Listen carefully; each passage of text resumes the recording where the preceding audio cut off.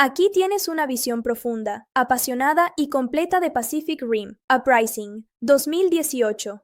Imagina que estás frente a la cámara, micrófono encendido, hablándole directamente a tu comunidad cinéfila, con toda la honestidad, el humor y los matices que un verdadero fanático del cine exige. Hola a todos. Qué alegría volver a encontrarnos en el canal. Pónganse cómodos, prepárense un café o agarren algo para picar, porque hoy nos toca meter la cuchara hasta el fondo en una película que me provoca un verdadero cortocircuito emocional. Vamos a desmenuzar Pacific Rim, Uprising o Titanes del Pacífico, la insurrección, como la conocimos en nuestro idioma en aquel año 2018. Si estuvieron aquí cuando analizamos la entrega original de Guillermo del Toro, recordarán lo mucho que me apasiona este universo. Aquella primera película no era solo robots gigantes golpeando monstruos, era una carta de amor al cine mecha, al género kaiju, con un diseño de producción asombroso y una atmósfera donde cada gota de lluvia sobre el metal se sentía pesada y real. Por eso, cuando entré al cine en 2018 para ver esta secuela, llevaba las expectativas por las nubes. Y vaya si me llevé una sorpresa. Hoy vamos a repasarla absolutamente todo, la trama punto por punto, sus personajes, los datos curiosos de su producción, la música, las bambalinas del rodaje, el desempeño en taquilla y, por supuesto, mi veredicto sin filtros. Así que, sin más rodeos, empecemos. Para entender dónde nos sitúa esta secuela, tenemos que hacer un poco de memoria y recordar cómo terminó la historia 10 años atrás. En la primera entrega vimos cómo los alienígenas, conocidos como los precursores, abrieron una brecha interdimensional en el fondo del Océano Pacífico. Desde ese portal nos enviaron a los kaijus, bestias descomunales que devastaron ciudades enteras. La humanidad se unió para construir los Jaegers, esos robots gigantescos operados por dos pilotos conectados neuronalmente a través de algo llamado el enlace. Al final de aquella contienda, gracias al sacrificio heroico de figuras como el mariscal Stacker Pentecost, brillantemente interpretado por Idris Elba, el portal fue destruido, la brecha se cerró y el mundo celebró el fin de la guerra. Pero, ¿qué pasa 10 años después de un apocalipsis evitado? Eso es exactamente lo que intenta explorar la insurrección. La sociedad no se recuperó mágicamente. Las ciudades destruidas siguen en ruinas y hay un mercado negro gigante alrededor de la tecnología Jaeger. La gente común intenta sobrevivir entre la chatarra militar y el trauma de saber que el cielo, o mejor dicho el mar, alguna vez se abrió para destruirlos. Es un punto de partida argumental que, honestamente, me parece fascinante porque muestra las cicatrices del mundo. Aquí es donde la película nos presenta a nuestro nuevo protagonista, Jake Pentecost, interpretado por John Boyega. Jake es el hijo del legendario mariscal Stacker Pentecost, pero no esperes encontrar en él a un héroe disciplinado y recto. De hecho, Jake es todo lo contrario a su padre, un antiguo piloto prometedor del Cuerpo de Defensa Pan-Pacífico, PPDC, que decidió abandonar la milicia para dedicarse a la buena vida del crimen de poca monta. Vive en mansiones abandonadas, festeja en ruinas urbanas y se gana la vida robando y vendiendo repuestos de Jaegers en el mercado negro. A mí en lo personal, esta introducción me parece muy refrescante. Boyega le aporta un carisma desenfadado, muy a lo Han Solo, que rompe un poco con la solemnidad de la primera entrega. Vemos a Jake intentando conseguir un núcleo de energía sumamente codiciado, pero cuando llega al almacén secreto, descubre que alguien se le ha adelantado. Y esa persona no es un cártel peligroso ni un contrabandista experimentado, sino una adolescente de 15 años llamada Amara Namani, interpretada por Kylie Spenny. El encuentro entre Jake y Amara es uno de los momentos más dinámicos de este inicio. Amara es una huérfana del ataque kaiju que ha pasado los últimos años de su vida reuniendo chatarra de Jaeger para construir su propio robot gigante miniatura de un solo piloto, al que bautizó cariñosamente como Scrapper. Cuando Jake descubre lo que la chica ha logrado por su cuenta, queda absolutamente impresionado. Pero no hay tiempo para celebrar. Las fuerzas de seguridad del PPDC detectan la actividad ilegal y rodean el taller con un Jaeger oficial masivo. Amara y Jake no tienen más remedio que abordar a Scrapper para intentar escapar. La escena de persecución es bastante rápida y divertida, mostrando las habilidades de la pequeña máquina para hacerse bolita y esquivar ataques, pero la diferencia de tamaño y poder es aplastante. Un pulso electromagnético deja a Scrapper fuera de combate, y tanto Jake como Amara terminan arrestados. Es una dinámica de hermanos regañones que funciona muy bien en pantalla y que establece el motor cómico de la primera mitad del filme. En la celda, Jake recibe la visita de su hermana adoptiva, Mako Mori, interpretada nuevamente por Rinko Kikuchi. Ver a Mako de vuelta siempre es un placer para los fans, aunque aquí ocupe un rol mucho más burocrático como secretaria general del PPDC.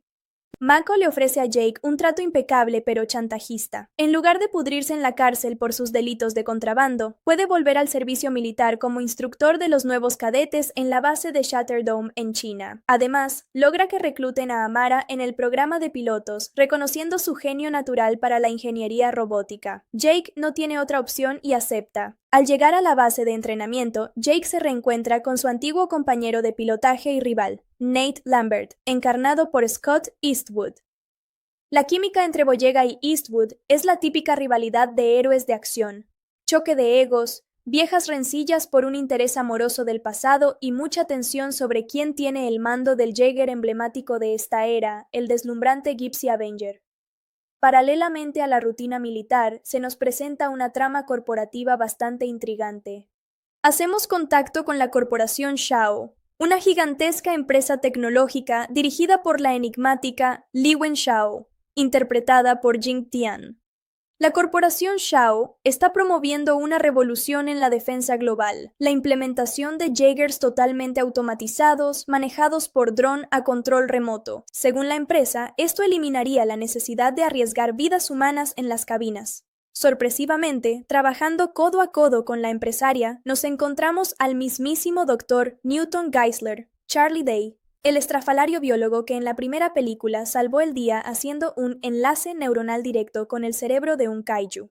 La idea de los drones genera un debate ético y militar muy fuerte dentro del PPDC. Mako Mori se opone firmemente a esta medida, argumentando que depender de un sistema remoto hace que la defensa de la Tierra sea vulnerable a hackeos masivos. Para decidir el futuro de la iniciativa, se organiza una cumbre diplomática crucial en Sydney, Australia. La cumbre diplomática de Sydney es el escenario donde la película da su primer giro dramático importante. Para resguardar la seguridad del evento, Jake y Nate abordan a Gypsy Avenger y hacen una entrada espectacular ante la mirada de altos mandos y diplomáticos de todo el mundo. Mientras Mako Mori se aproxima a la cumbre volando en su helicóptero oficial, de repente las aguas del puerto de Sydney comienzan a hervir y surge desde lo profundo un Jaeger no identificado de aspecto oscuro y amenazante, bautizado como Obsidian Fury. Este mecha renegado no responde a las señales de comunicación y sin previo aviso lanza un ataque devastador en medio de la ciudad. Gypsy Avenger reacciona de inmediato para detenerlo, desatando un combate colosal entre rascacielos. La pelea es brutal y ágil, pero la tragedia ocurre cuando Obsidian Fury dispara contra el helicóptero de Mako. A pesar de los esfuerzos desesperados de Jake por atrapar la nave en el aire con la mano de su robot, no llega a tiempo. El helicóptero se estrella contra el suelo en una explosión devastadora, cobrándose la vida de Mako Mori. La muerte de Mako deja a Jake devastado y con una sed insaciable de respuestas. Sin embargo, antes de morir, Mako logró enviar una señal cifrada con las coordenadas de un complejo de producción de Jaegers, supuestamente abandonado en el extremo norte de Rusia. Convencidos de que ese lugar guarda el secreto detrás de Obsidian Fury, Jake y Nate vuelan hacia los páramos helados de Siberia, pilotando nuevamente a Gypsy Avenger. Al llegar al complejo de Solate, descubren que las instalaciones estaban funcionando en secreto. De la nada, Obsidian Fury reaparece para impedir que investiguen. Esta batalla en la nieve es, en mi opinión, una de las escenas de acción mejor ejecutadas de la película. El contraste del metal oscuro contra el blanco de la nieve y los rayos láser rojos le da una estética visualmente impactante. Tras una lucha feroz, Jake y Nate logran derribar al robot enemigo y arrancarle el casco militar.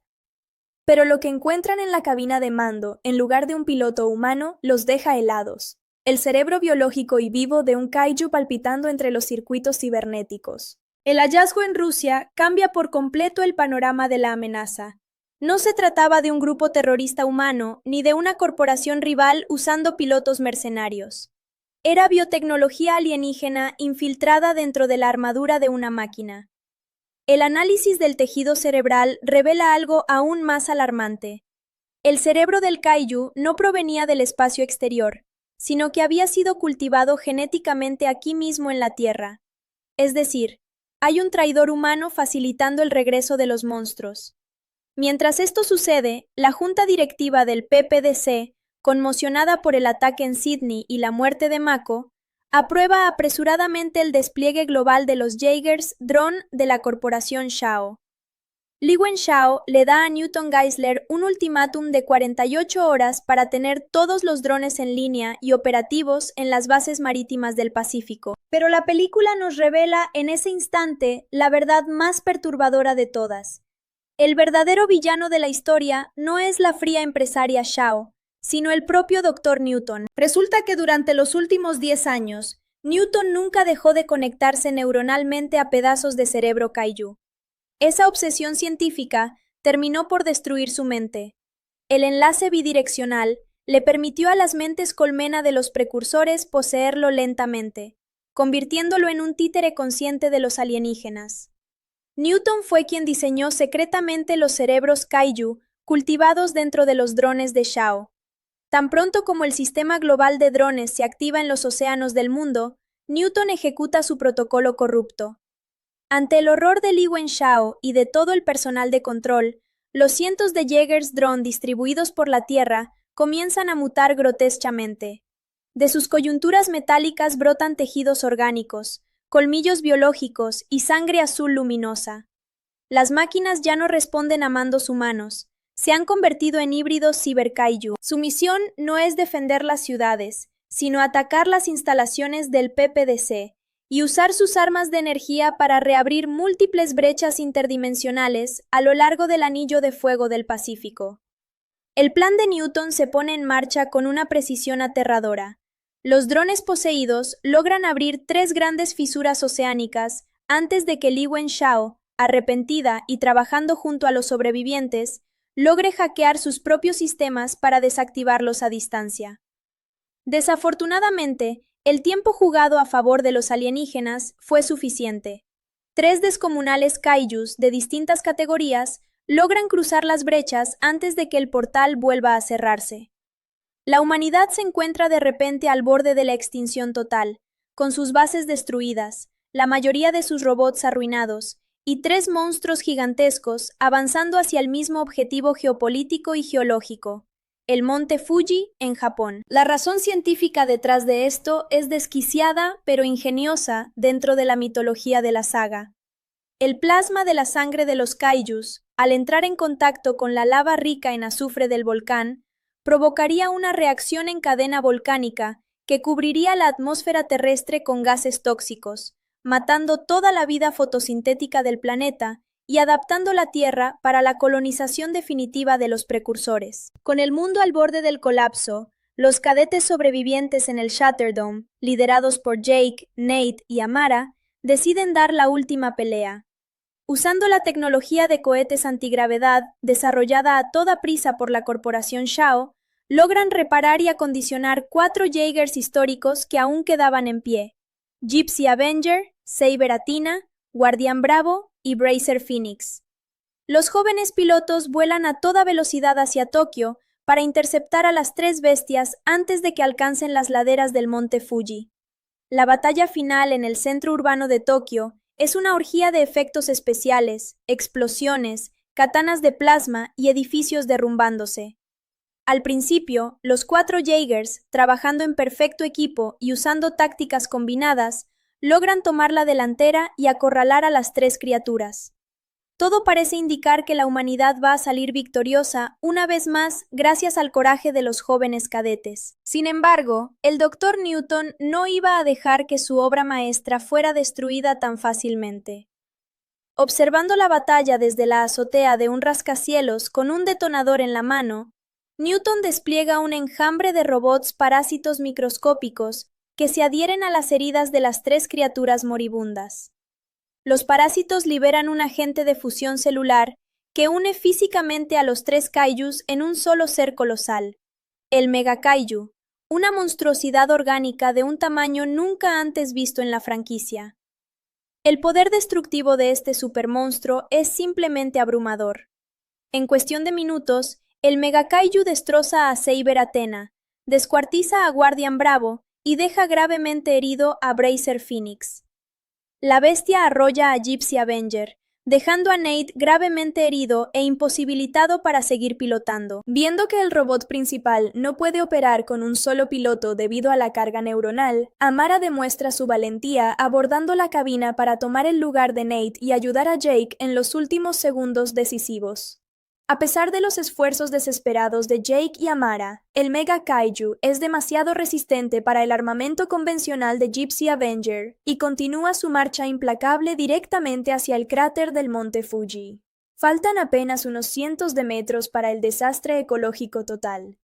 En un momento de pura improvisación y adrenalina, a Jake se le ocurre una idea suicida. Usar la nave de transporte antigravedad manejada a distancia por Li Wenshao para elevar a Gypsy Avenger hasta la estratosfera y dejarlo caer en picada libre directamente sobre el monstruo, convirtiendo al propio robot gigante en un misil cinético impulsado por la gravedad.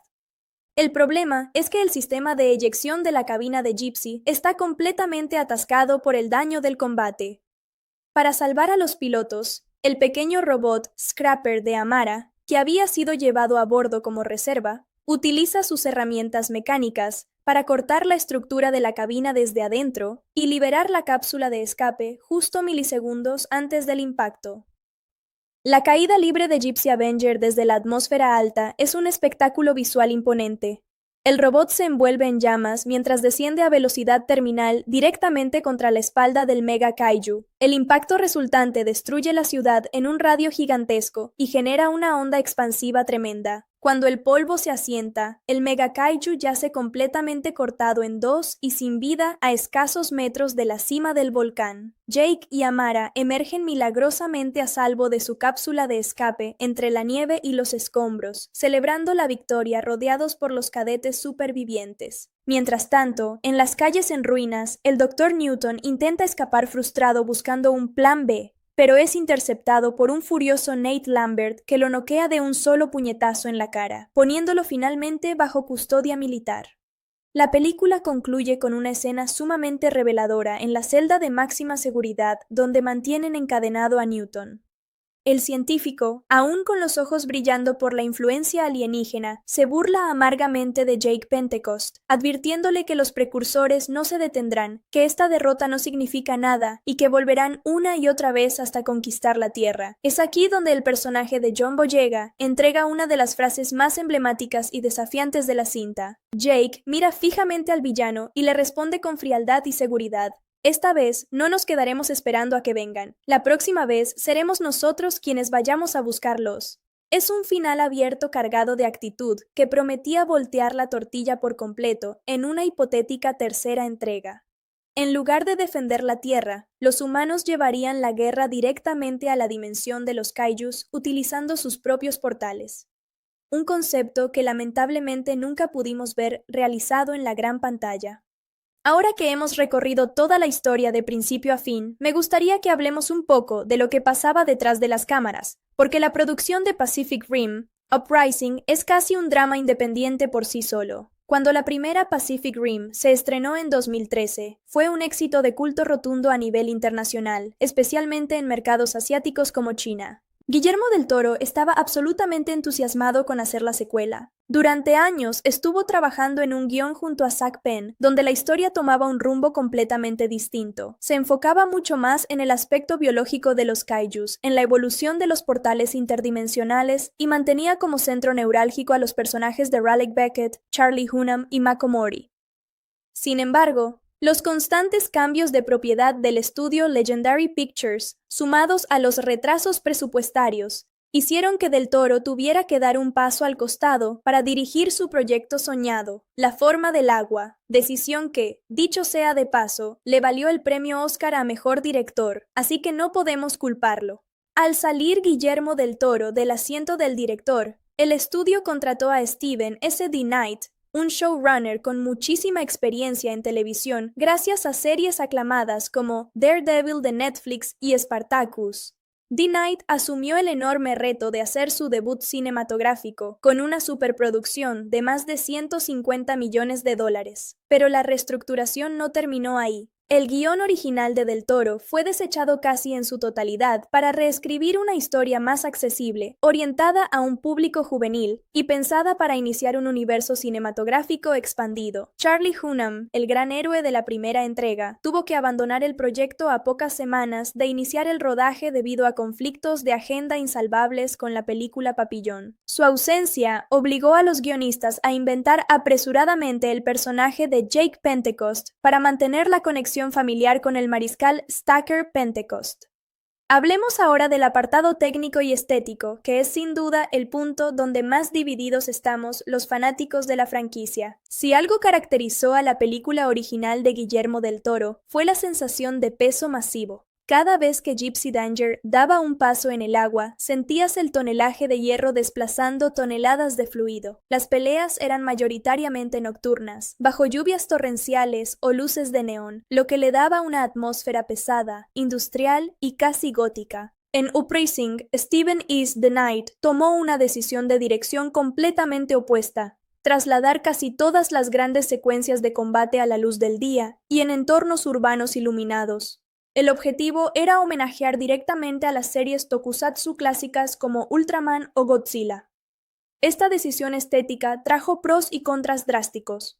Por un lado, la claridad del día permite apreciar cada pequeño engranaje y detalle de las armaduras en 4K sin esconder nada en las sombras. Pero por el otro, la física del movimiento cambió radicalmente. En Uprising, los Jaegers se mueven con una agilidad pasmosa, dan saltos mortales, corren a altas velocidades y hacen acrobacias ninja que desafían por completo las leyes de la física gravitacional. Para muchos espectadores, incluyéndome por momentos, esto hizo que los robots gigantes se sintieran más como figuras de acción de plástico o personajes de videojuego que como colosos de metal de miles de toneladas. Es una experiencia visual deslumbrante y llena de color, sí, pero perdió esa textura grasienta, realista e industrial que nos enamoró en 2013. Otro aspecto que no podemos dejar de analizar en detalle es la banda sonora. En la película original, el compositor Ramin Djawadi creó uno de los temas principales más icónicos del cine de ciencia ficción moderno. Esos riffs de guitarra eléctrica potentes e inolvidables que te ponían la piel de gallina cada vez que el robot salía al combate. Para esta secuela, la responsabilidad de la música recayó sobre Lorne Balfe, un compositor con una trayectoria tremenda en el cine de acción y videojuegos. Balfe intentó modernizar el sonido, integrando elementos electrónicos más pesados, sintetizadores futuristas y ritmos de percusión acelerados para encajar con el ritmo vertiginoso del montaje. Aunque la música de Balfe funciona perfectamente bien para acompañar la adrenalina de las escenas de riesgo, carece de la identidad temática tan marcada que dejó Djawadi. Rara vez escuchas un tema que recuerdes tararear al salir de la sala de cine. Pasemos al análisis del elenco y los personajes, porque aquí hay muchos matices interesantes que vale la pena rescatar. John Boyega realiza un trabajo interpretativo sumamente sólido. Después de su experiencia en la franquicia de Star Wars, el actor demuestra que tiene todo el carisma necesario para sostener una superproducción sobre sus hombros. Su Jake Pentecost es divertido, defectuoso y humano. Sus interacciones con los cadetes le dan mucho corazón a la historia. Kylie Spiney, quien en ese momento era una actriz prácticamente debutante y que hoy en día es una estrella consolidada en Hollywood gracias a películas como Priscilla y Alien. Romulus demuestra desde este primer gran papel un talento descomunal. Su personaje, Amara, es el verdadero conector emocional del público. Representa la resiliencia de una generación que creció a la sombra de los monstruos. Lamentablemente, no todos los personajes tuvieron la misma suerte en el guión. El caso más doloroso para la comunidad de fans es el tratamiento que se le dio a Mako Mori. Rinko Kikuchi entregó en la primera película una actuación magistral, llena de dolor, honor y profundidad emocional. Reducir su participación en esta secuela a un rol secundario para terminar utilizándola como un mero dispositivo narrativo, lo que en la crítica de cine llamamos fridging, o matar a un personaje femenino querido únicamente para darle una motivación de venganza al protagonista masculino se sintió como una falta de respeto al legado de la saga. Por otro lado, la transformación del Dr. Newton Geisler de un científico chiflado pero entrañable a un villano de opereta poseído por mentes alienígenas fue una apuesta arriesgada. A algunos les pareció un giro divertido y sorpresivo, mientras que a otros nos pareció una decisión que desarmó la bonita química cómica que tenía con el Dr. Hermann Gottlieb, Burn Gorman. Si analizamos el impacto financiero de la película, los números nos cuentan una historia muy clara sobre la recepción del público. Pacific Rim Uprising se estrenó en marzo de 2018, con un presupuesto estimado de producción de $150 millones, sin contar los enormes gastos de marketing global. En su fin de semana de estreno en Estados Unidos, logró destronar a Black Panther del primer lugar de la taquilla, recaudando alrededor de $28 millones en su mercado doméstico. Sin embargo, el boca a boca no fue particularmente favorable. A nivel mundial, la cinta terminó su recorrido comercial acumulando aproximadamente $290 millones. Para una superproducción de este calibre, considerando que los cines se quedan con cerca del 50% de la taquilla, estas cifras representaron pérdidas significativas para el estudio Legendary y Universal Pictures. La recepción crítica tampoco fue benevolente. En portales como Rotten Tomatoes, la película ostenta un porcentaje de aprobación de la crítica profesional rondando el 42%, mientras que la audiencia le otorgó una puntuación similar. Los analistas coincidieron de forma casi unánime en que, si bien la película funciona como un entretenimiento pochoclero sin pretensiones para pasar la tarde con palomitas de maíz, carecía por completo del alma, la maestría estilística y la pasión que Guillermo del Toro le imprimió a la obra original. Esta recepción tibia en taquilla y crítica congeló de inmediato todos los planes de continuar la franquicia en la gran pantalla, cancelando la ansiada tercera entrega y dejando la saga relegada a expansiones en formato de serie animada tipo anime en plataformas de streaming como Pacific Rim: The Black. En conclusión, ¿qué podemos decir de Pacific Rim Uprising después de haber repasado cada uno de sus rincones? Si la miramos de manera totalmente aislada, como una película veraniega de acción pura, es un producto innegablemente entretenido. Tiene efectos visuales coloridos, peleas dinámicas bajo el sol de Tokio, un ritmo ágil que nunca se siente aburrido y un elenco joven con muchísima energía. Si buscas apagar el cerebro un viernes por la noche y ver robots gigantes dándose puñetazos contra monstruos biológicos, la película cumple con su promesa básica de diversión inmediata. No hay duda de que hay momentos disfrutables y secuencias donde la escala visual brilla con luz propia. Sin embargo, cuando la medimos con la vara de su predecesora, es imposible no sentir una pizca de melancolía por lo que pudo haber sido. La primera Pacific Rim no era solo entretenimiento masivo, era una obra impregnada de una personalidad autoral cinematográfica fascinante, donde la gravedad, la textura del metal y la mitología de los personajes se trataban con un respeto casi sagrado. Uprising prefirió tomar el camino rápido de la fórmula hollywoodense convencional, simplificando su universo para parecerse más a otras franquicias de acción ligera. Pero bueno, esa es solo mi opinión. Ahora me encantaría saber qué piensan ustedes. ¿Les gustó esta secuela cuando la vieron en el cine? ¡Ey, qué bueno tenerte de vuelta por aquí! Si te quedaste con ganas de más después de todo lo que platicamos sobre Titanes del Pacífico, la insurrección, agárrate porque en esta segunda entrega nos vamos a meter de lleno en las entrañas de la película. Hoy no nos vamos a quedar solo en la superficie de la historia. Vamos a diseccionar detalle a detalle cómo se construyó este universo, los secretos de sus efectos visuales, los datos curiosos que casi nadie notó en el cine y, por supuesto, vamos a hacer un cara a cara definitivo entre la joya original de Guillermo del Toro y esta propuesta de 2018. Prepárate un buen aperitivo, ponte cómodo y acompáñame a desarmar este coloso de metal y sangre azul. Para empezar este segundo recorrido, tenemos que hablar de algo que a mí me parece sencillamente fascinante, la evolución tecnológica de los Jaegers. En la primera película, las máquinas se sentían como verdaderos tanques industriales de la Guerra Fría. Eran pesadas, analógicas, requerían motores diésel gigantescos, y cada vez que daban un paso, sentías cómo el concreto se fracturaba bajo sus pies. 10 años después, en la insurrección, La humanidad ha vivido una década de paz relativa y avances tecnológicos desmedidos. Los nuevos Jaegers de la Mark VI ya no son armatostes de combate improvisados. Son obras de arte de la ingeniería aerodinámica, construidos con aleaciones livianas, sistemas de energía de plasma miniaturizados y conexiones neuronales muchísimo más estables. Tomemos como ejemplo al gran protagonista de esta entrega, Gypsy Avenger. Este Jaeger es el heredero directo del legendario Gypsy Danger, que piloteaba Raleigh Beckett.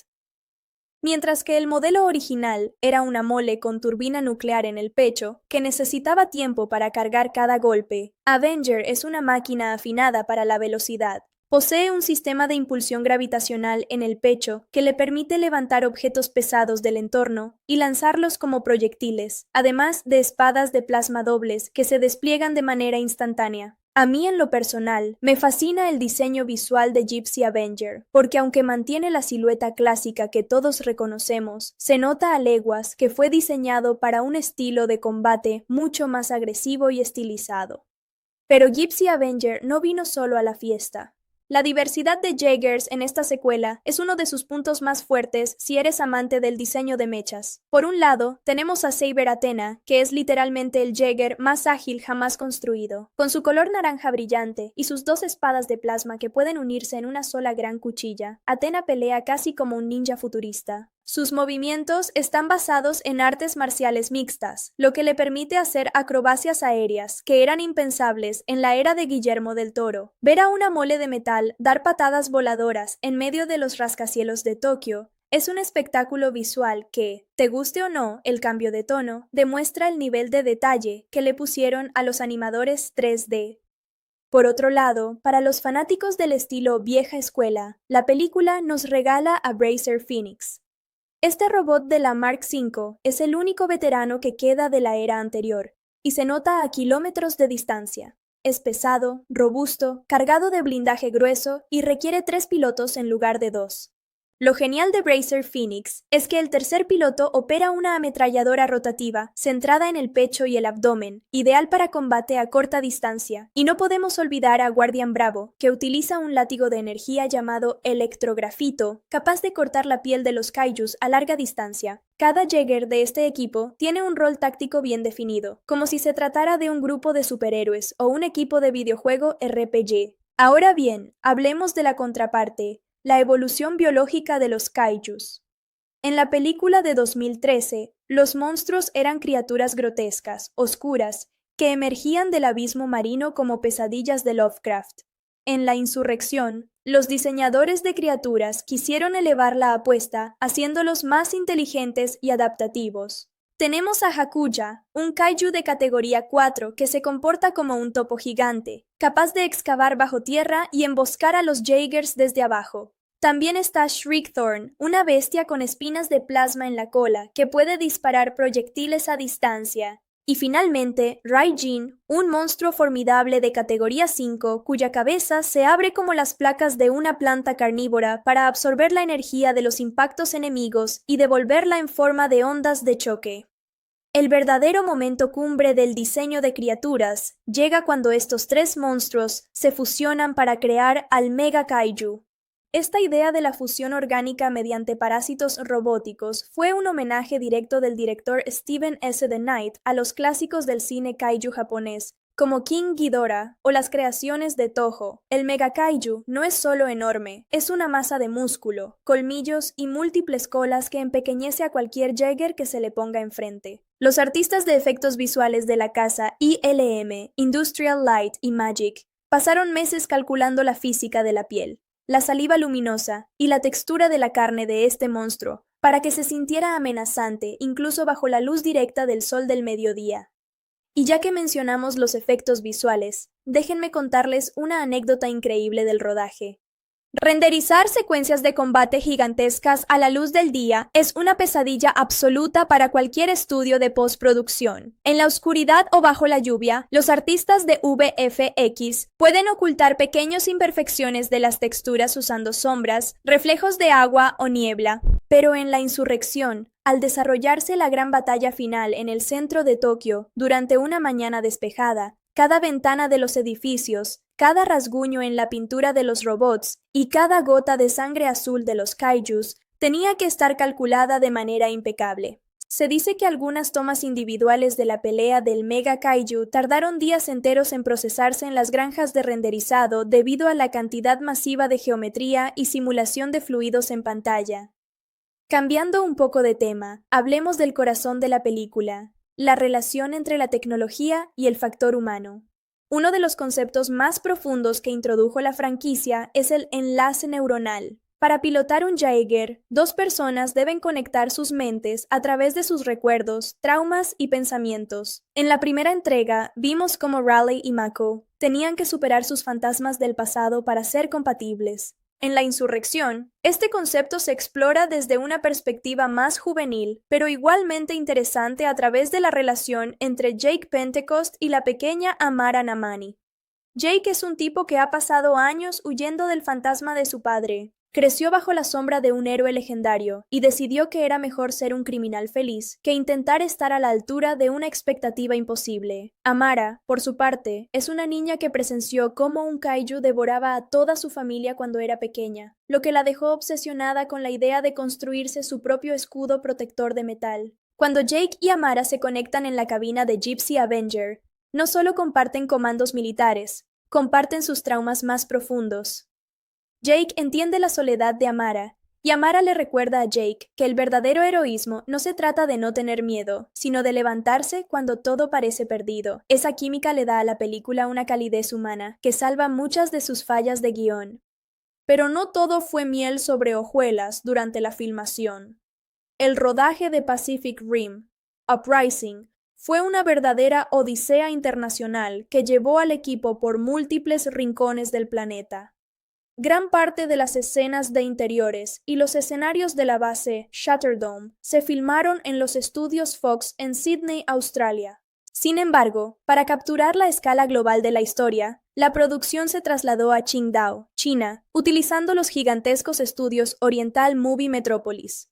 Esta decisión no fue casualidad. La empresa china Wanda Group había adquirido Legendary Entertainment poco antes del rodaje, por lo que hubo un enorme interés comercial en incorporar talento, locaciones y capital chino en la producción, lo que explica la fuerte presencia de actores como Jing Tian y el diseño de la corporación Shao. Otro detalle curioso de la producción que pocos conocen tiene que ver con los trajes de los pilotos, conocidos como drive suits. En la primera película, los actores se quejaban amargamente de lo pesados, rígidos e incómodos que eran los trajes. Para La Insurrección, el departamento de vestuario diseñó trajes mucho más flexibles, impresos en 3D con materiales sintéticos transpirables que permitían a los actores moverse con libertad, sudar menos y hacer escenas de acción reales. John Boyega y Scott Eastwood pasaron semanas en entrenamiento físico intenso para poder lucir creíbles dentro de las cabinas y aguantar las largas jornadas suspendidos en arneses mientras las plataformas hidráulicas se sacudían violentamente para simular los golpes de los kaijus.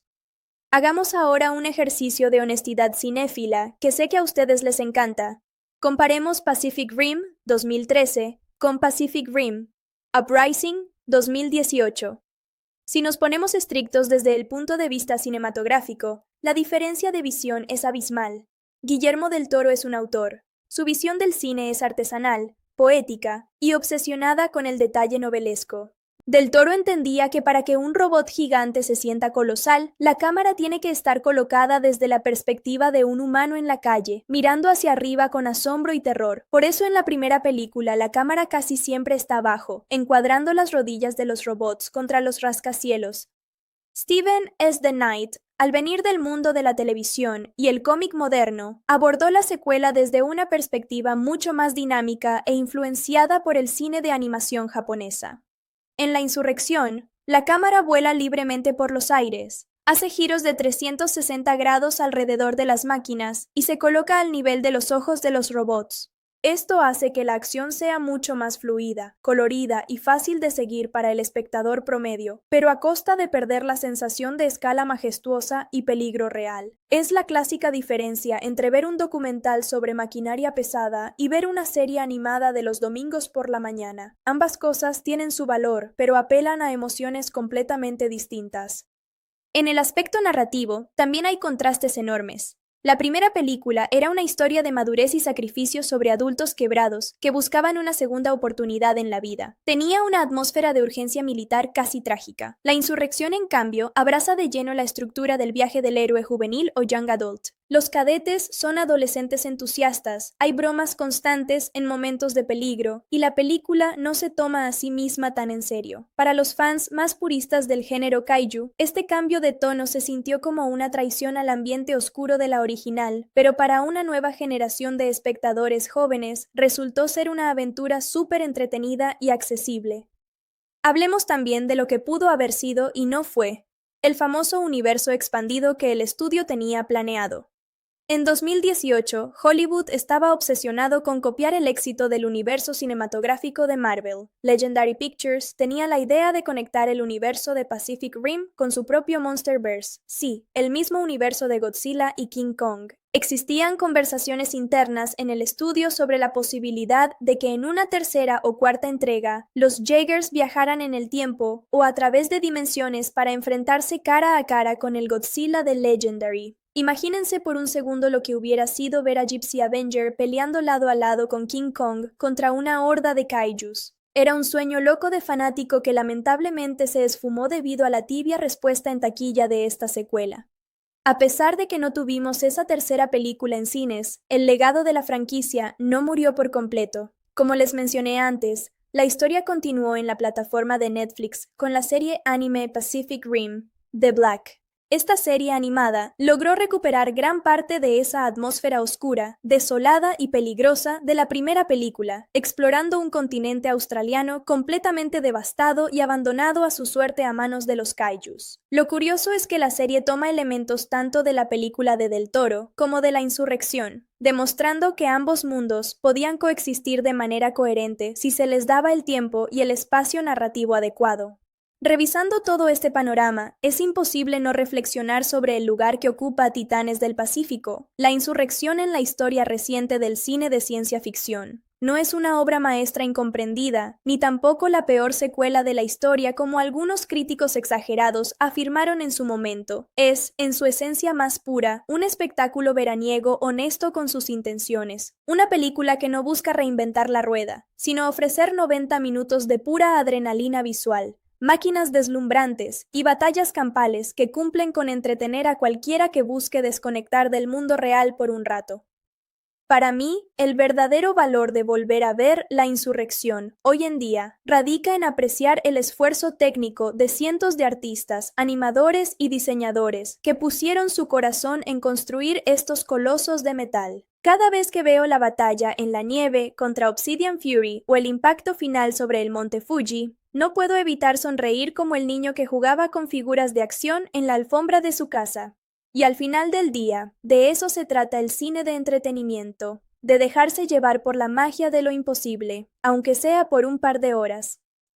Llegamos así al final de esta revisión exhaustiva en 2 partes de Pacific Rim, Uprising.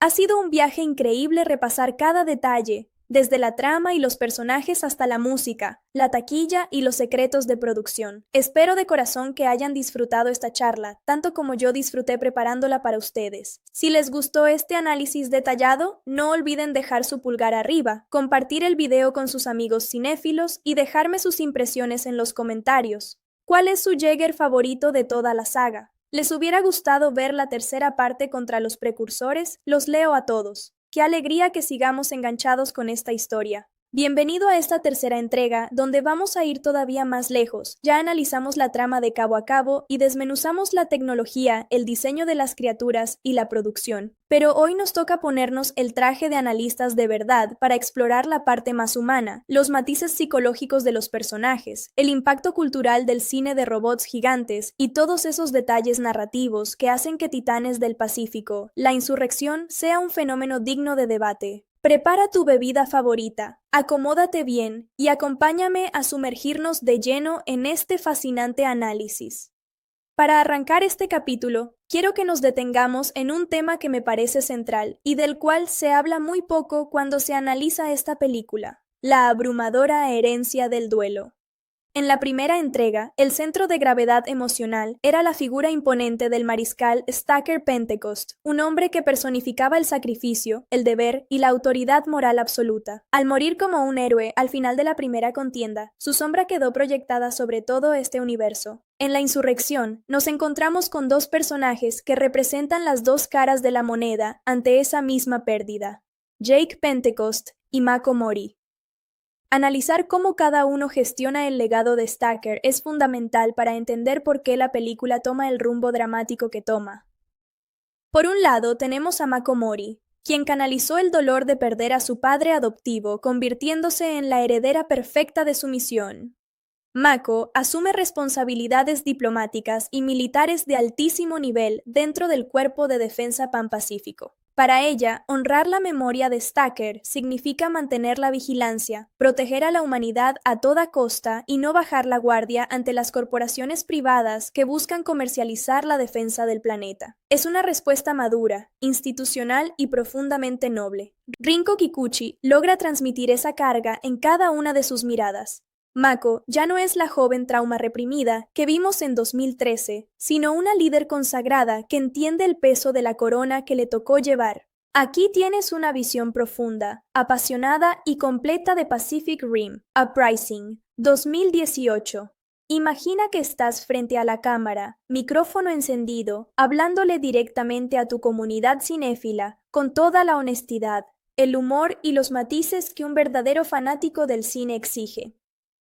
Hola a todos. Qué alegría volver a encontrarnos en el canal. Pónganse cómodos, prepárense un café o agarren algo para picar, porque hoy nos toca meter la cuchara hasta el fondo en una película que me provoca un verdadero cortocircuito emocional.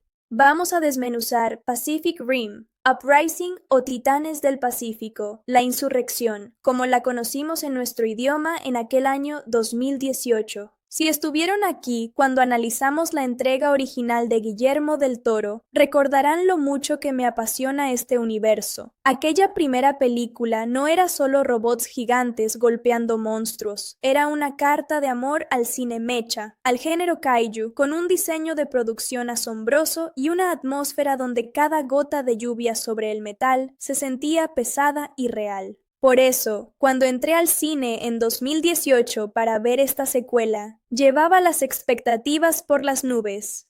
Y vaya si me llevé una sorpresa.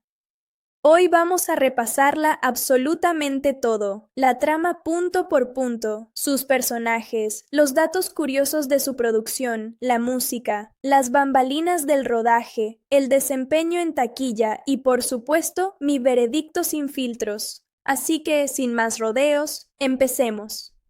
Para entender dónde nos sitúa esta secuela, tenemos que hacer un poco de memoria y recordar cómo terminó la historia 10 años atrás.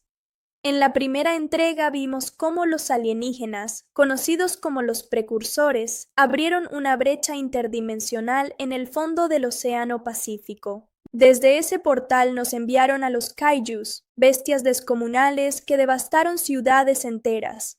La humanidad se unió para construir los Jaegers, esos robots gigantescos operados por dos pilotos conectados neuronalmente a través de algo llamado el enlace. Al final de aquella contienda, gracias al sacrificio heroico de figuras como el mariscal Stacker Pentecost, brillantemente interpretado por Idris Elba, el portal fue destruido, la brecha se cerró y el mundo celebró el fin de la guerra. Pero, ¿qué pasa 10 años después de un apocalipsis evitado? Eso es exactamente lo que intenta explorar la insurrección.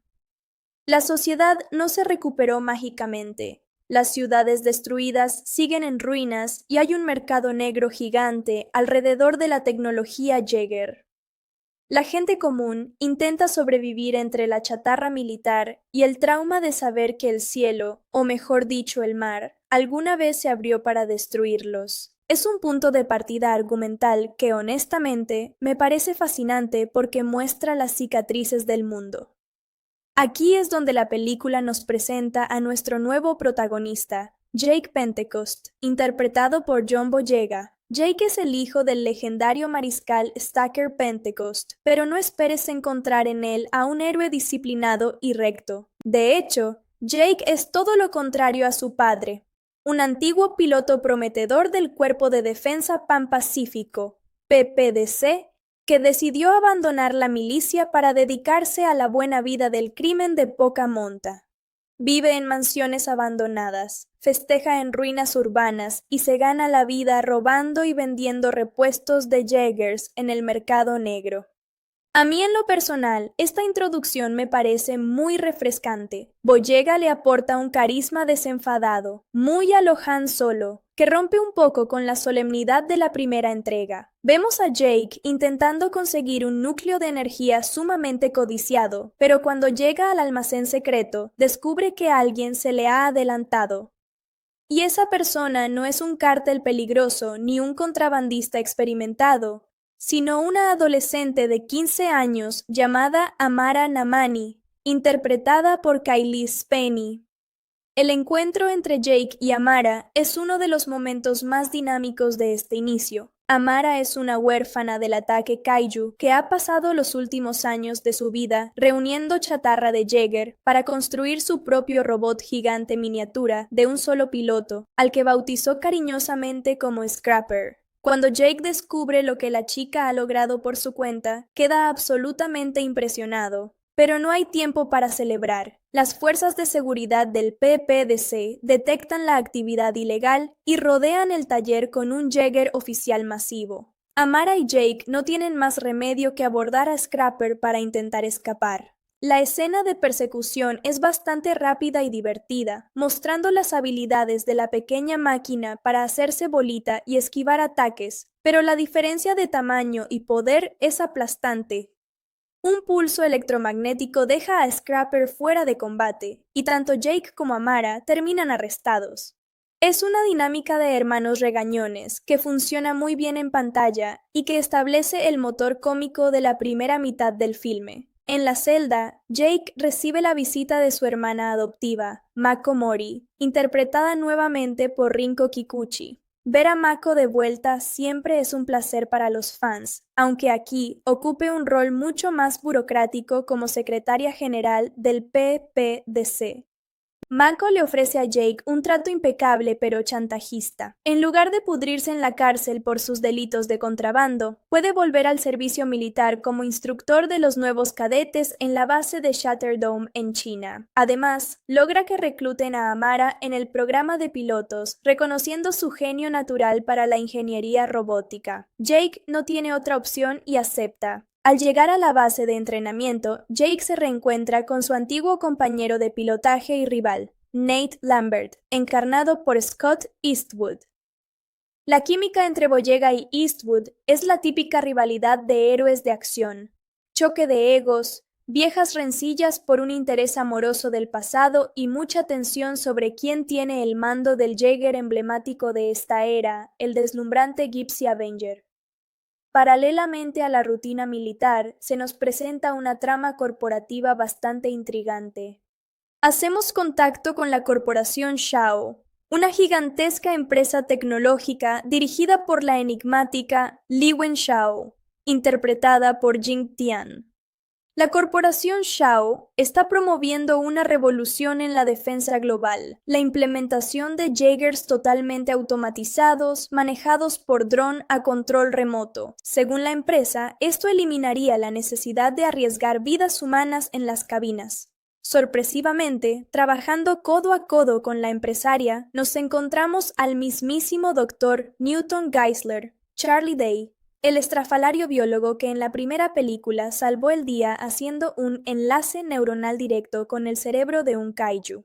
La idea de los drones genera un debate ético y militar muy fuerte dentro del PPDC. Mako Mori se opone firmemente a esta medida, argumentando que depender de un sistema remoto hace que la defensa de la Tierra sea vulnerable a hackeos masivos. Para decidir el futuro de la iniciativa, se organiza una cumbre diplomática crucial en Sydney, Australia. La cumbre diplomática de Sydney es el escenario donde la película da su primer giro dramático importante. Para resguardar la seguridad del evento, Jake y Nate abordan a Gypsy Avenger y hacen una entrada espectacular ante la mirada de altos mandos y diplomáticos de todo el mundo. Mientras Mako Mori se aproxima a la cumbre volando en su helicóptero oficial, de repente las aguas del puerto de Sydney comienzan a hervir y surge desde lo profundo un Jaeger no identificado de aspecto oscuro y amenazante, bautizado como Obsidian Fury. Este mecha renegado no responde a las señales de comunicación y sin previo aviso lanza un ataque devastador en medio de la ciudad. Gypsy Avenger reacciona de inmediato para detenerlo, desatando un combate colosal entre rascacielos. La pelea es brutal y ágil, pero la tragedia ocurre cuando Obsidian Fury dispara contra el helicóptero de Mako. A pesar de los esfuerzos desesperados de Jake por atrapar la nave en el aire con la mano de su robot, no llega a tiempo. El helicóptero se estrella contra el suelo en una explosión devastadora, cobrándose la vida de Mako Mori. La muerte de Mako deja a Jake devastado y con una sed insaciable de respuestas. Sin embargo, antes de morir, Mako logró enviar una señal cifrada con las coordenadas de un complejo de producción de Jaegers, supuestamente abandonado en el extremo norte de Rusia. Convencidos de que ese lugar guarda el secreto detrás de Obsidian Fury, Jake y Nate vuelan hacia los páramos helados de Siberia, pilotando nuevamente a Gypsy Avenger. Al llegar al complejo de Solate, descubren que las instalaciones estaban funcionando en secreto. De la nada, Obsidian Fury reaparece para impedir que investiguen. Esta batalla en la nieve es, en mi opinión, una de las escenas de acción mejor ejecutadas de la película. El contraste del metal oscuro contra el blanco de la nieve y los rayos láser rojos le da una estética visualmente impactante. Tras una lucha feroz, Jake y Nate logran derribar al robot enemigo y arrancarle el casco militar. Pero lo que encuentran en la cabina de mando, en lugar de un piloto humano, los deja helados. El cerebro biológico y vivo de un kaiju palpitando entre los circuitos cibernéticos. El hallazgo en Rusia cambia por completo el panorama de la amenaza. No se trataba de un grupo terrorista humano ni de una corporación rival usando pilotos mercenarios. Era biotecnología alienígena infiltrada dentro de la armadura de una máquina. El análisis del tejido cerebral revela algo aún más alarmante. El cerebro del kaiju no provenía del espacio exterior, sino que había sido cultivado genéticamente aquí mismo en la Tierra. Es decir, hay un traidor humano facilitando el regreso de los monstruos. Mientras esto sucede, la junta directiva del PPDC, conmocionada por el ataque en Sydney y la muerte de Mako, aprueba apresuradamente el despliegue global de los Jaegers drone de la corporación Shao. Li Wenshao le da a Newton Geisler un ultimátum de 48 horas para tener todos los drones en línea y operativos en las bases marítimas del Pacífico. Pero la película nos revela en ese instante la verdad más perturbadora de todas. El verdadero villano de la historia no es la fría empresaria Shao, sino el propio Dr. Newton. Resulta que durante los últimos 10 años, Newton nunca dejó de conectarse neuronalmente a pedazos de cerebro kaiju. Esa obsesión científica terminó por destruir su mente. El enlace bidireccional le permitió a las mentes colmena de los precursores poseerlo lentamente, convirtiéndolo en un títere consciente de los alienígenas. Newton fue quien diseñó secretamente los cerebros kaiju cultivados dentro de los drones de Shao. Tan pronto como el sistema global de drones se activa en los océanos del mundo, Newton ejecuta su protocolo corrupto. Ante el horror de Li Wenshao y de todo el personal de control, los cientos de Jaegers drone distribuidos por la Tierra comienzan a mutar grotescamente. De sus coyunturas metálicas brotan tejidos orgánicos, colmillos biológicos y sangre azul luminosa. Las máquinas ya no responden a mandos humanos. Se han convertido en híbridos ciberkaiju. Su misión no es defender las ciudades, sino atacar las instalaciones del PPDC y usar sus armas de energía para reabrir múltiples brechas interdimensionales a lo largo del anillo de fuego del Pacífico. El plan de Newton se pone en marcha con una precisión aterradora. Los drones poseídos logran abrir 3 grandes fisuras oceánicas antes de que Li Wenshao, arrepentida y trabajando junto a los sobrevivientes, logre hackear sus propios sistemas para desactivarlos a distancia. Desafortunadamente, el tiempo jugado a favor de los alienígenas fue suficiente. 3 descomunales kaijus de distintas categorías logran cruzar las brechas antes de que el portal vuelva a cerrarse.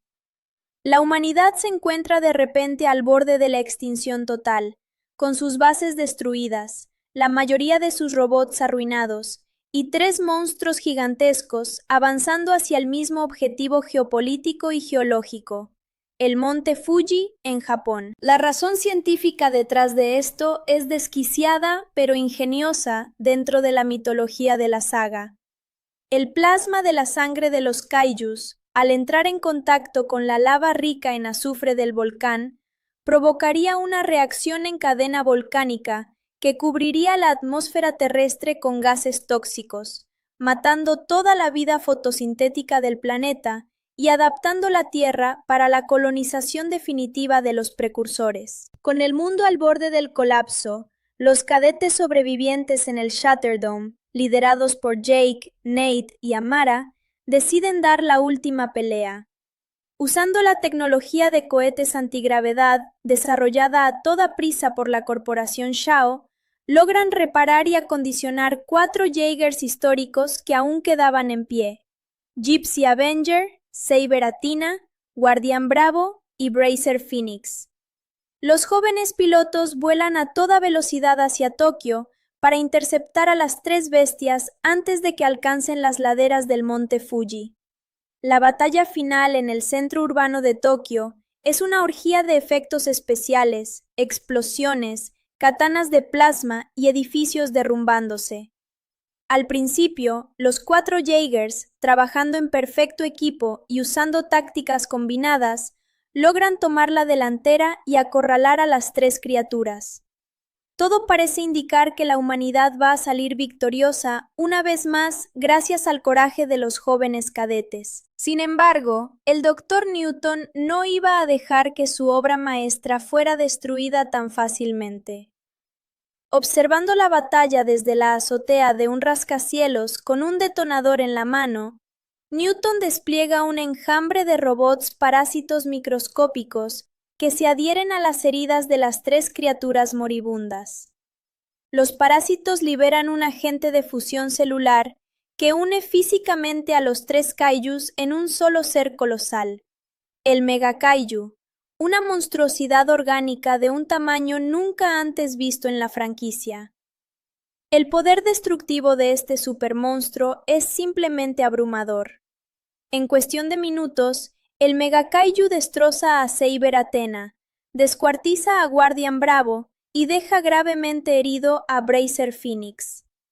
La bestia arrolla a Gypsy Avenger, dejando a Nate gravemente herido e imposibilitado para seguir pilotando. Viendo que el robot principal no puede operar con un solo piloto debido a la carga neuronal, Amara demuestra su valentía abordando la cabina para tomar el lugar de Nate y ayudar a Jake en los últimos segundos decisivos. A pesar de los esfuerzos desesperados de Jake y Amara, el Mega Kaiju es demasiado resistente para el armamento convencional de Gypsy Avenger y continúa su marcha implacable directamente hacia el cráter del monte Fuji. Faltan apenas unos cientos de metros para el desastre ecológico total. En un momento de pura improvisación y adrenalina, a Jake se le ocurre una idea suicida: usar la nave de transporte antigravedad manejada a distancia por Li Wenshao para elevar a Gypsy Avenger hasta la estratosfera y dejarlo caer en picada libre directamente sobre el monstruo, convirtiendo al propio robot gigante en un misil cinético impulsado por la gravedad. El problema es que el sistema de eyección de la cabina de Gypsy está completamente atascado por el daño del combate. Para salvar a los pilotos, el pequeño robot Scrapper de Amara, que había sido llevado a bordo como reserva, utiliza sus herramientas mecánicas para cortar la estructura de la cabina desde adentro y liberar la cápsula de escape justo milisegundos antes del impacto. La caída libre de Gypsy Avenger desde la atmósfera alta es un espectáculo visual imponente.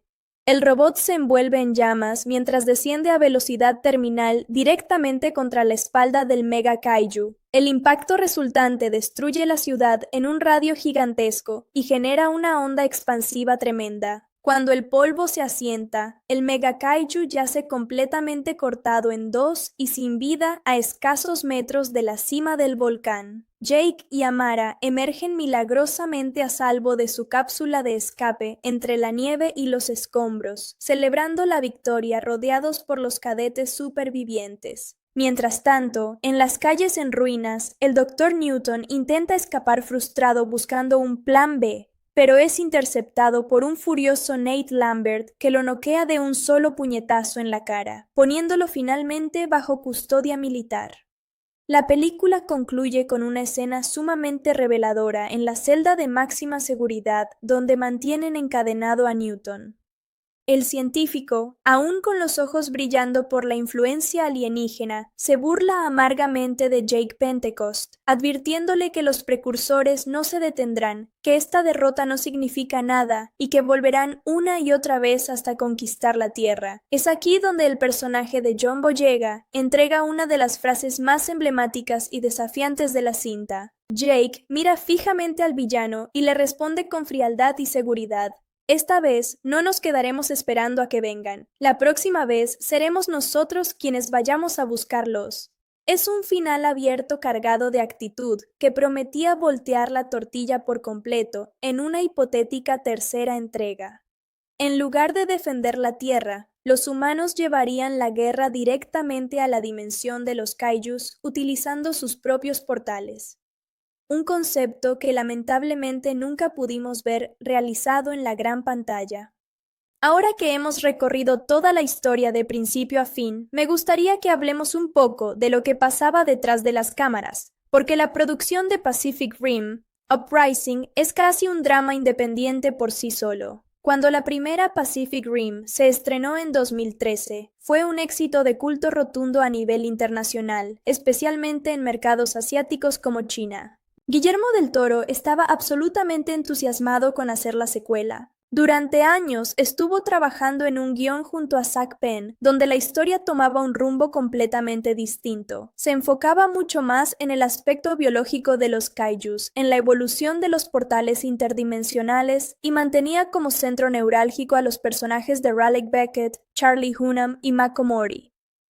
Sin embargo, los constantes cambios de propiedad del estudio Legendary Pictures, sumados a los retrasos presupuestarios, hicieron que Del Toro tuviera que dar un paso al costado para dirigir su proyecto soñado, La forma del agua, decisión que, dicho sea de paso, le valió el premio Oscar a Mejor Director, así que no podemos culparlo.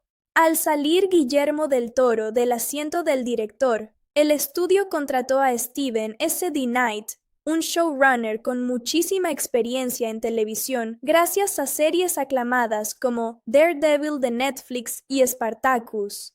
D. Knight asumió el enorme reto de hacer su debut cinematográfico con una superproducción de más de 150 millones de dólares. Pero la reestructuración no terminó ahí. El guión original de Del Toro fue desechado casi en su totalidad para reescribir una historia más accesible, orientada a un público juvenil y pensada para iniciar un universo cinematográfico expandido. Charlie Hunnam, el gran héroe de la primera entrega, tuvo que abandonar el proyecto a pocas semanas de iniciar el rodaje debido a conflictos de agenda insalvables con la película Papillón. Su ausencia obligó a los guionistas a inventar apresuradamente el personaje de Jake Pentecost para mantener la conexión familiar con el mariscal Stacker Pentecost.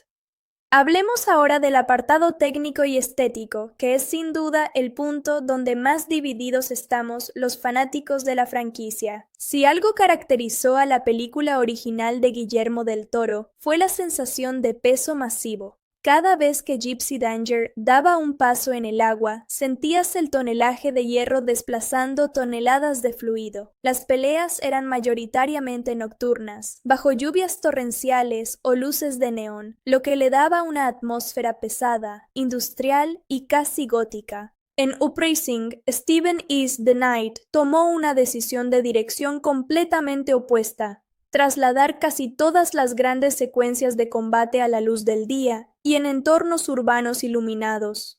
El objetivo era homenajear directamente a las series tokusatsu clásicas como Ultraman o Godzilla. Esta decisión estética trajo pros y contras drásticos. Por un lado, la claridad del día permite apreciar cada pequeño engranaje y detalle de las armaduras en 4K sin esconder nada en las sombras. Pero por el otro, la física del movimiento cambió radicalmente. En Uprising, los Jaegers se mueven con una agilidad pasmosa, dan saltos mortales, corren a altas velocidades y hacen acrobacias ninja que desafían por completo las leyes de la física gravitacional. Para muchos espectadores, incluyéndome por momentos, esto hizo que los robots gigantes se sintieran más como figuras de acción de plástico o personajes de videojuego que como colosos de metal de miles de toneladas. Es una experiencia visual deslumbrante y llena de color, sí, pero perdió esa textura grasienta, realista e industrial que nos enamoró en 2013. Otro aspecto que no podemos dejar de analizar en detalle es la banda sonora. En la película original, el compositor Ramin Djawadi creó uno de los temas principales más icónicos del cine de ciencia ficción moderno. Esos riffs de guitarra eléctrica potentes e inolvidables que te ponían la piel de gallina cada vez que el robot salía al combate. Para esta secuela, la responsabilidad de la música recayó sobre Lorne Balfe, un compositor con una trayectoria tremenda en el cine de acción y videojuegos. Balfe intentó modernizar el sonido, integrando elementos electrónicos más pesados, sintetizadores futuristas y ritmos de percusión acelerados para encajar con el ritmo vertiginoso del montaje. Aunque la música de Balfe funciona perfectamente bien para acompañar la adrenalina de las escenas de riesgo, carece de la identidad temática tan marcada que dejó Djawadi. Rara vez escuchas un tema que recuerdes tararear al salir de la sala de cine.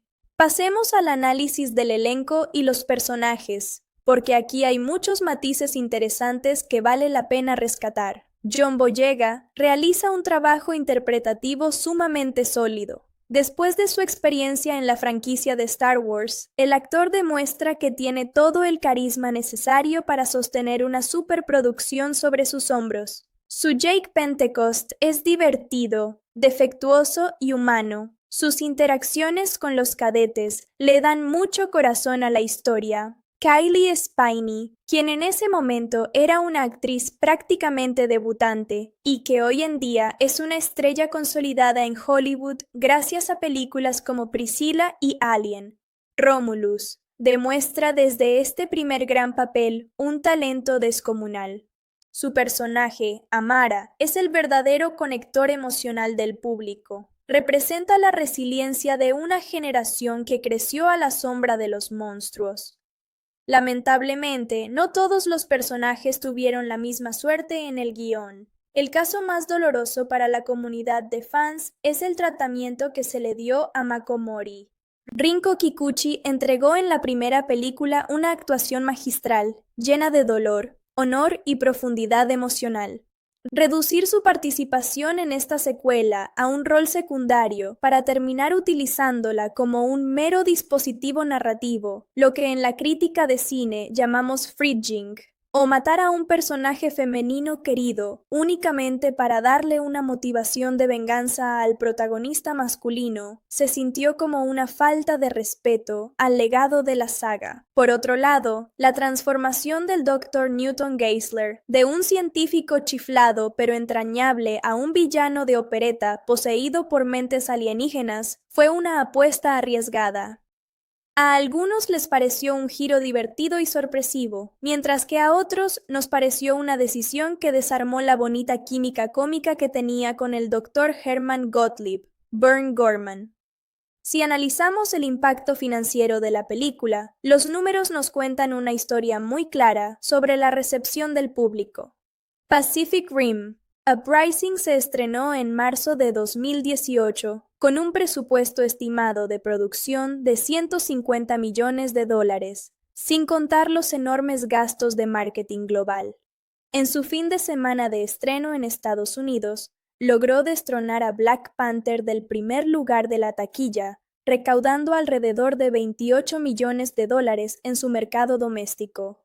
Sin embargo, el boca a boca no fue particularmente favorable. A nivel mundial, la cinta terminó su recorrido comercial acumulando aproximadamente $290 millones. Para una superproducción de este calibre, considerando que los cines se quedan con cerca del 50% de la taquilla, estas cifras representaron pérdidas significativas para el estudio Legendary y Universal Pictures. La recepción crítica tampoco fue benevolente.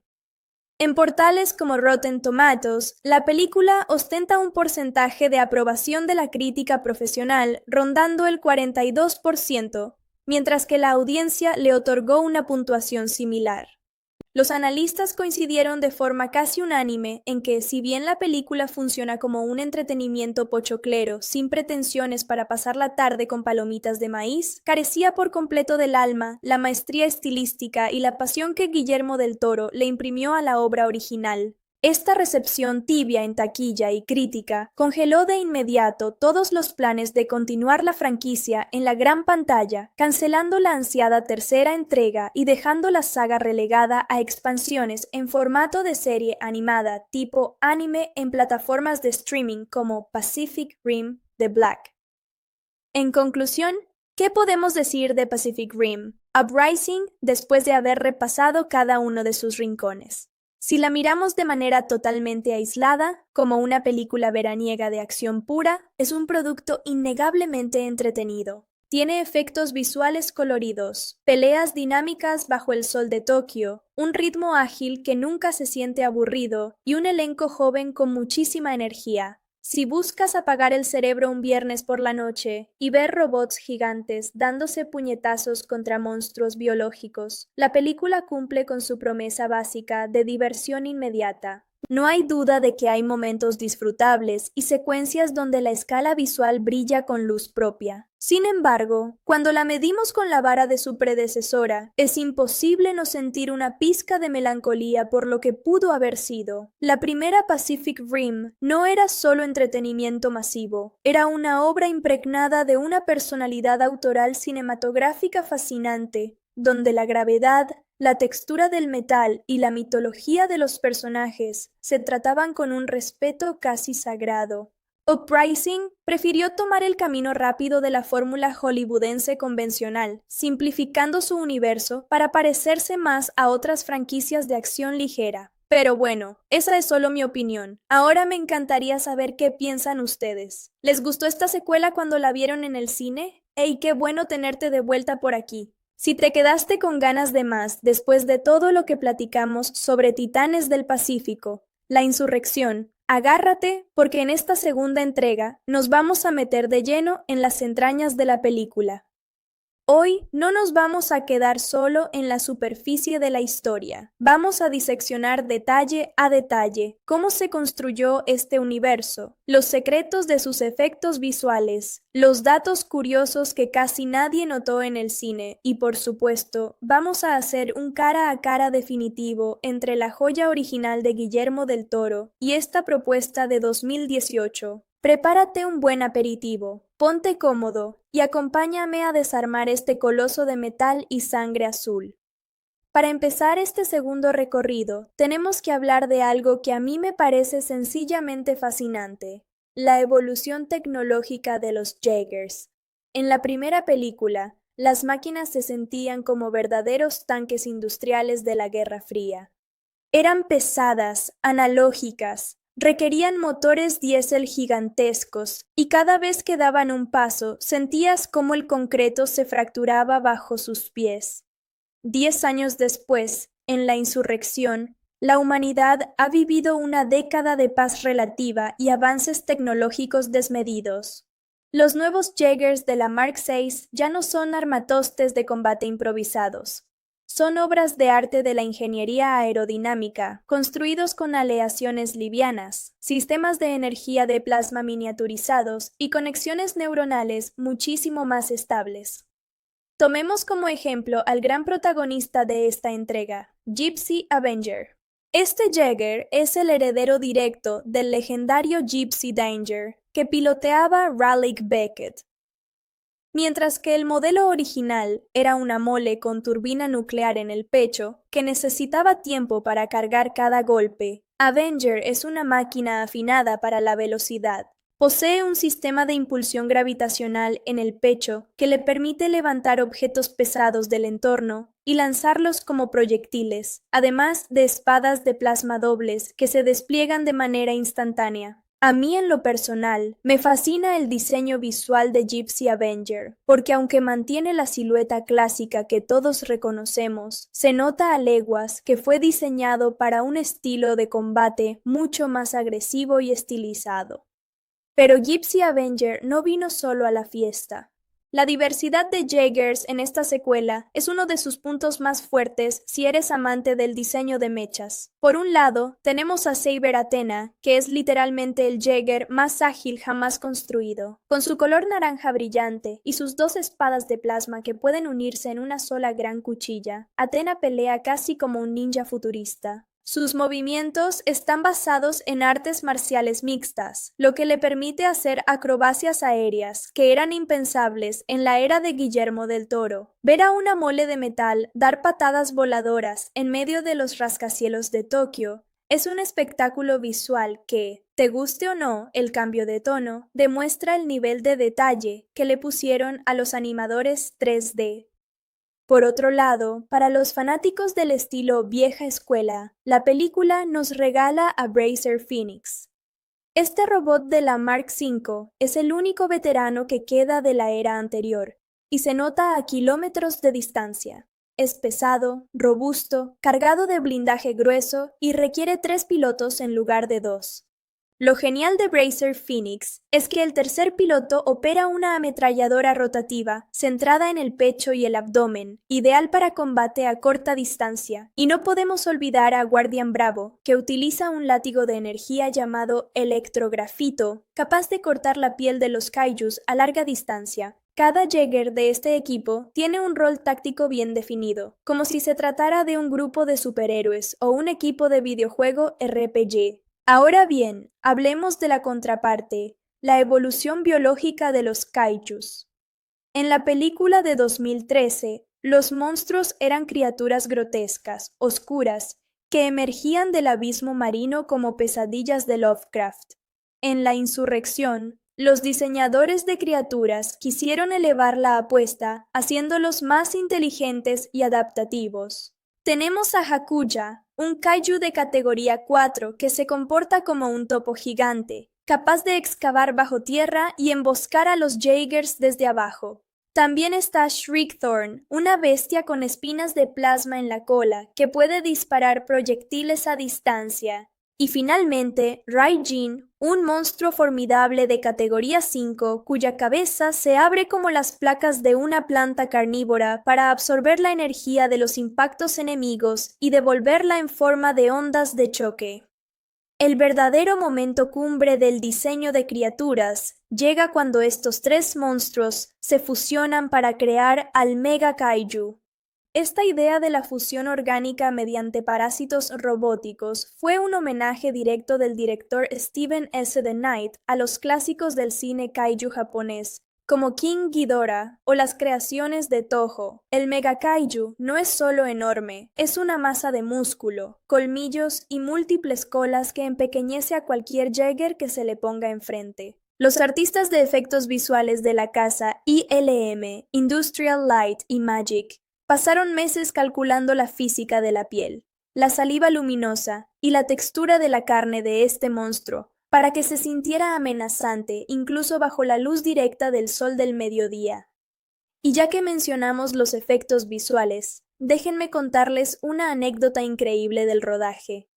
Renderizar secuencias de combate gigantescas a la luz del día es una pesadilla absoluta para cualquier estudio de postproducción. En la oscuridad o bajo la lluvia, los artistas de VFX pueden ocultar pequeñas imperfecciones de las texturas usando sombras, reflejos de agua o niebla. Pero en la insurrección, al desarrollarse la gran batalla final en el centro de Tokio durante una mañana despejada, cada ventana de los edificios, cada rasguño en la pintura de los robots y cada gota de sangre azul de los kaijus tenía que estar calculada de manera impecable.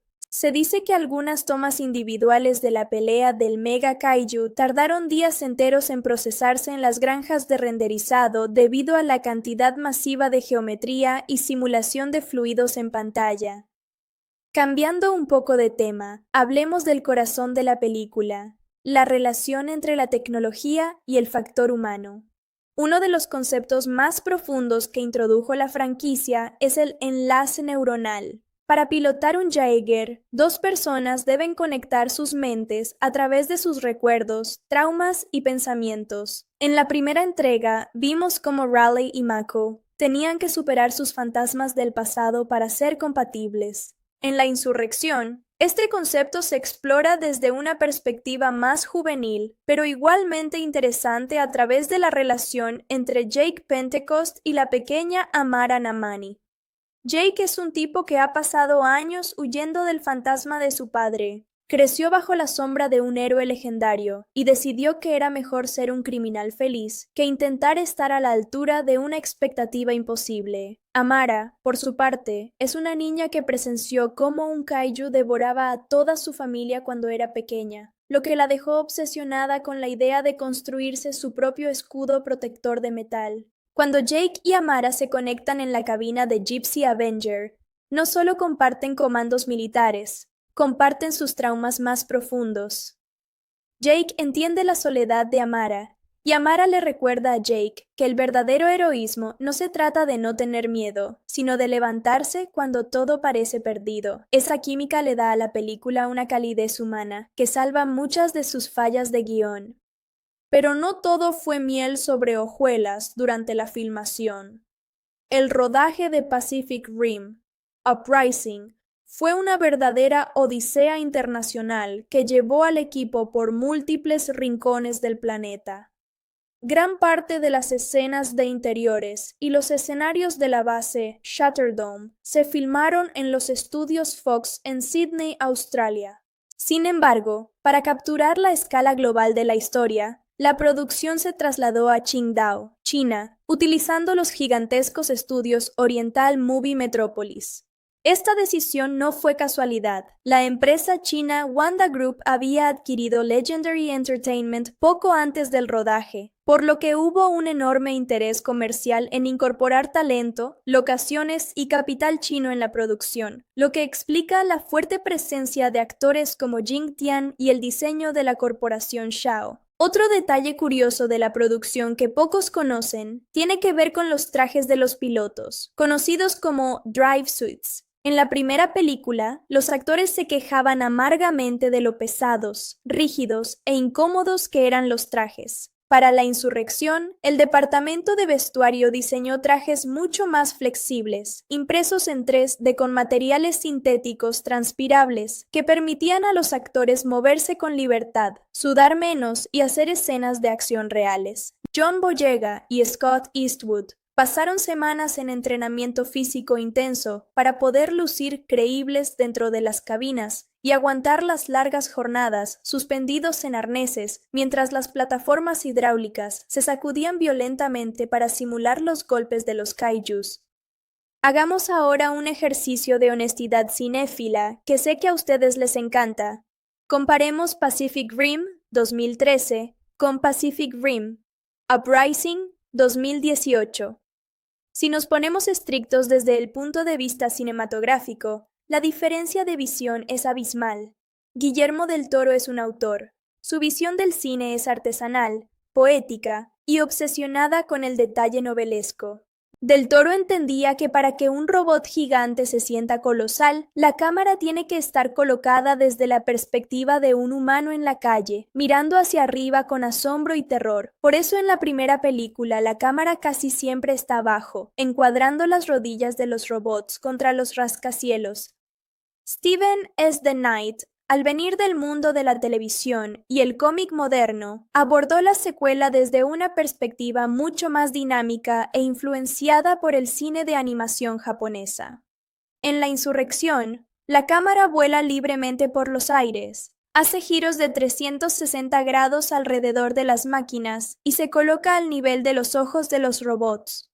Esto hace que la acción sea mucho más fluida, colorida y fácil de seguir para el espectador promedio, pero a costa de perder la sensación de escala majestuosa y peligro real. Es la clásica diferencia entre ver un documental sobre maquinaria pesada y ver una serie animada de los domingos por la mañana. Ambas cosas tienen su valor, pero apelan a emociones completamente distintas.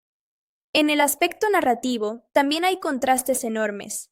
La primera película era una historia de madurez y sacrificio sobre adultos quebrados que buscaban una segunda oportunidad en la vida. Tenía una atmósfera de urgencia militar casi trágica. La Insurrección, en cambio, abraza de lleno la estructura del viaje del héroe juvenil o young adult. Los cadetes son adolescentes entusiastas, hay bromas constantes en momentos de peligro, y la película no se toma a sí misma tan en serio. Para los fans más puristas del género kaiju, este cambio de tono se sintió como una traición al ambiente oscuro de la original, pero para una nueva generación de espectadores jóvenes resultó ser una aventura súper entretenida y accesible. Hablemos también de lo que pudo haber sido y no fue. El famoso universo expandido que el estudio tenía planeado. En 2018, Hollywood estaba obsesionado con copiar el éxito del universo cinematográfico de Marvel. Legendary Pictures tenía la idea de conectar el universo de Pacific Rim con su propio Monsterverse, sí, el mismo universo de Godzilla y King Kong.